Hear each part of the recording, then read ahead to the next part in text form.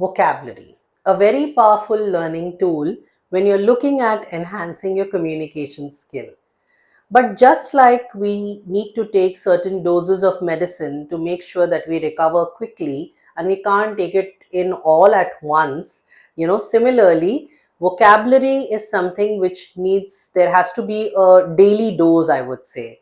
So why don't you plan this week that, you will incorporate all the words which I'm about to share with you, one per day. So I'm going to share 7 interesting words in this particular segment of my video, which is going to be a very interesting lesson for you to incorporate one vocabulary word probably per day.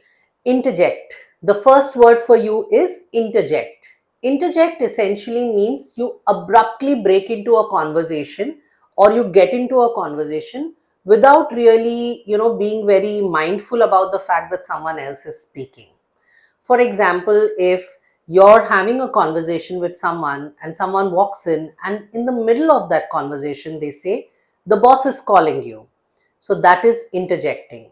That individual interjected in your conversation. Okay. So interject is a verb.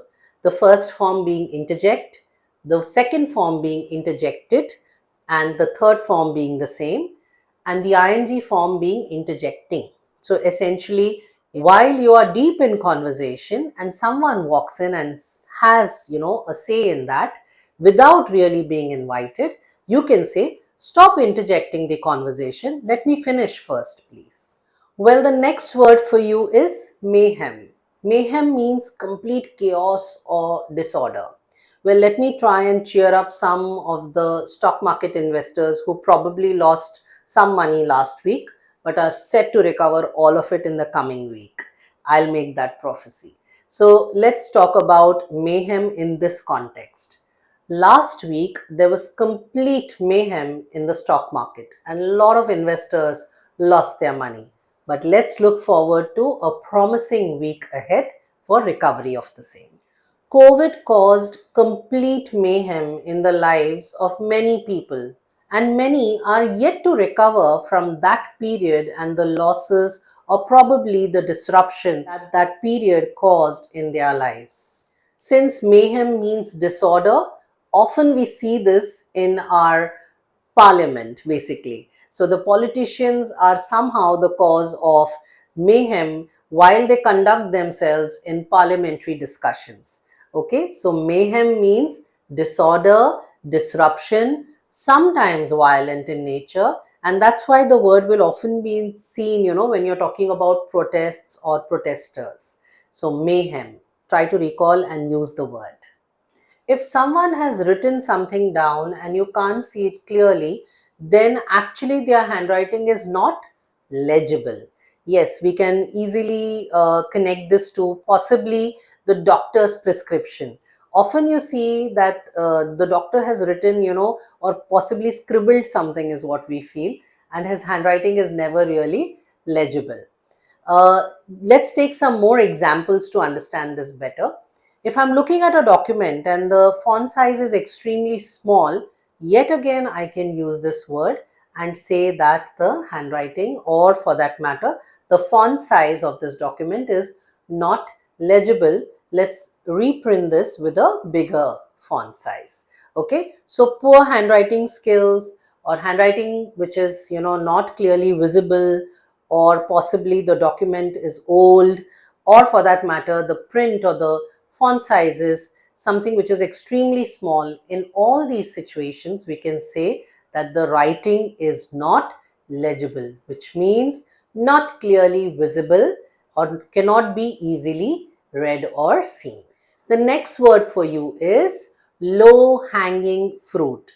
Low hanging fruit is a word which has got nothing to do with diet or fruits. Okay, essentially it is something to give you a reference that something that can be easily achieved.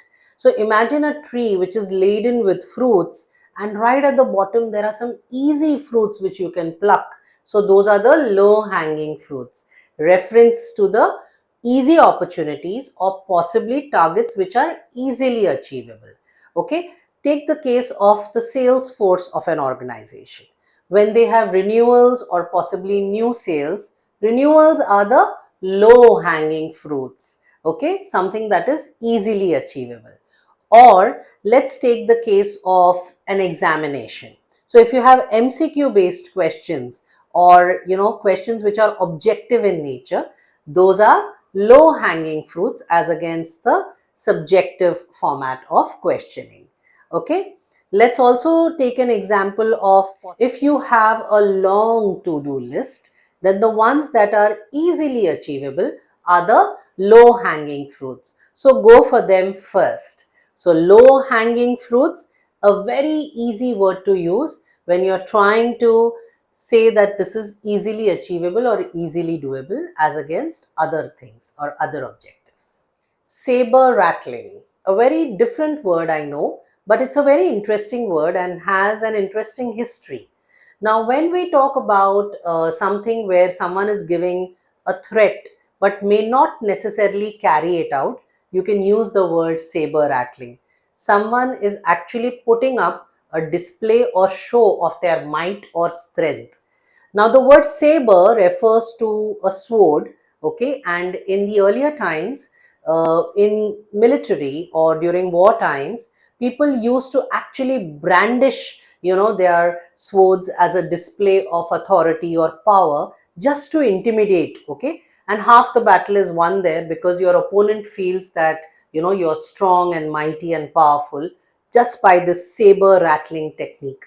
Till date, many nations use this technique to indicate their might and strength, through their nuclear power display or possibly through their air force power display. Okay, so these are actually saber rattling techniques. Okay, so saber rattling is essentially showing your might and strength. Now, how do you use this on a day-to-day basis? You can say the boss usually has the habit of saber rattling. Don't worry, he may not carry out the threat. He possibly didn't mean it.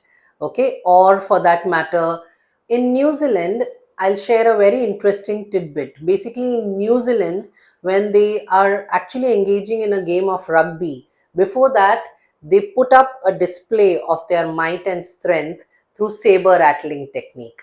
They do what is known as the all powerful haka dance, and the purpose of this is to intimidate their opponents. So saber rattling is a perfect example, or probably haka dance exemplifies saber rattling perfectly, because that's what indicates how you intimidate your opponent.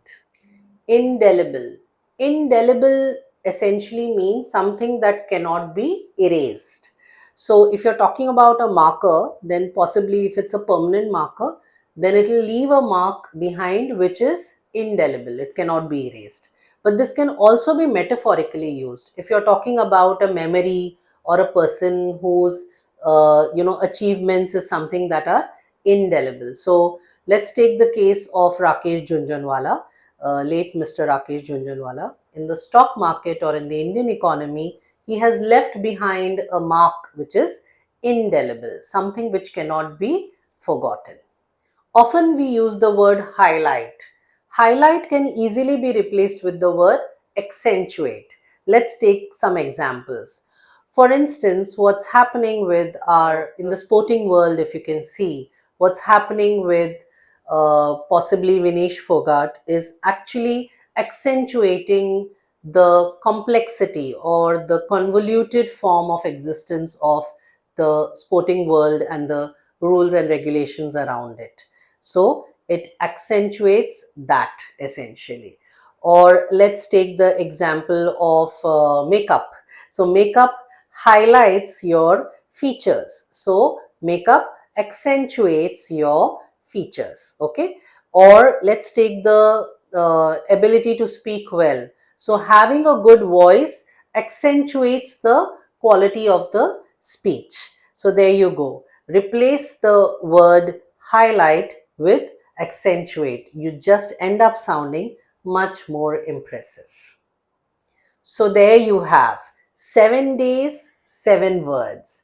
Why don't you take this up as a regular exercise to build your vocabulary and see the difference it makes by the end of the month. So do enjoy and watch our lessons as you always do. And if you really benefit from this, so please go ahead and subscribe to our channel and spread the word around so that our lessons can be widely appreciated.